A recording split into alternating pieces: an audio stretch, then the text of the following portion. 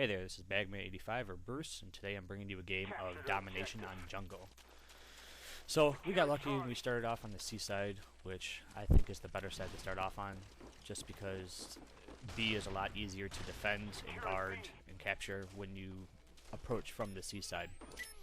And in this game I'm using the FAMAS dual mags just so I can have as much ammo as possible.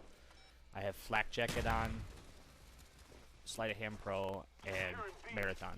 I don't have Flak Jacket or Marathon Pro, just because it just takes a little too long to get while I'm prestiging, and it's not really worth my time. I'll get it once I get to the 15th prestige. Now you can see I am running back to C because one of my teammates had told me that they got killed by a ghost player, so I figured I'd come over here and take care of him. But I never ended up finding him. I think he might have just ran back towards A or something, or maybe ran up the middle to B. So I'm gonna start running. I'm gonna check the rock here first and kind of go up there and make sure that he's not sitting up there. And the reason why I like to capture C side instead of A side is mostly because of this rock and the house where I drop my tactical insertion in. It's a lot easier to defend and take over B when you have the C flag. So even if we started on the A side, we would have tried to push them to the A side so that way we could capture C. And you see me pick up a random couple care packages throughout this game, just trying to help a couple friends get Hardline Pro.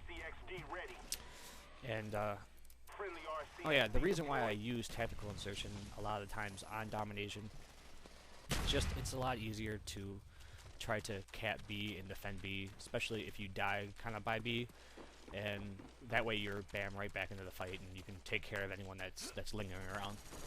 And up in this house is a really good spot to kind of watch over B. You have a good wide range over the left and right side of the map, so that way you don't have to worry about it. And I came over there just because I kind of thought one of them would have ran that way, but they didn't, so obviously I came back to the house.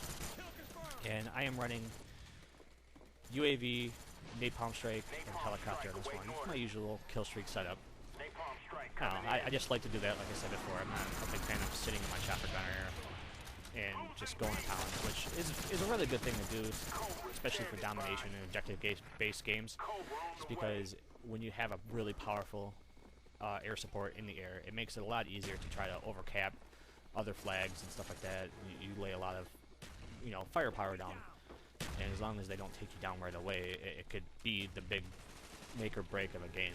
But we didn't really have that much of a problem in this game. And as you can see, I'm kind of going back and forth between the house and the right side, just so that way I don't get flanked and by surprise. And it's always good to try to watch every side that you're going to be at. And they took down my helicopter pretty quick, which really isn't a big deal. I mean, you really don't get that many kills from the helicopter anyways. And as of right now, we got a decent lead. We're winning about by double the points. And I got lucky there that I had crossed the bridge, because if I didn't, that guy would have definitely snuck up behind me and got me. And as you can see, they're trying to move around a little bit and try to see if they can go on the outside of the maps and get C. But obviously, I'm going to do everything in my power to not let that happen. And see, just going back and forth between C and B, just trying to guard it out. And my other teammates are doing kind of the same thing. And once again, I really like this area right here, especially when you have other people down below, just because the enemies will be focused on them while you can just pick them off on the high point of the map. And so just kind of waiting it out, seeing if I can get any more kills as they come through the valley there or around by C. And here, I pick up another care package for a friend that's trying to get Hardline Pro. And I'm actually pretty happy that it was a UAV, just because, I love to see where people are at. And the only thing that's better than the UAV for that is obviously the Blackbird. And now we're up 2 points to 1, which is a pretty decent lead. They would pretty much have to capture 2 flags and run the rest of the game with it, or triple cap to catch back up. So I'm playing a little bit more selfishly now. I'm kind of going for kills because in my mind, I'm pretty sure that we have the win.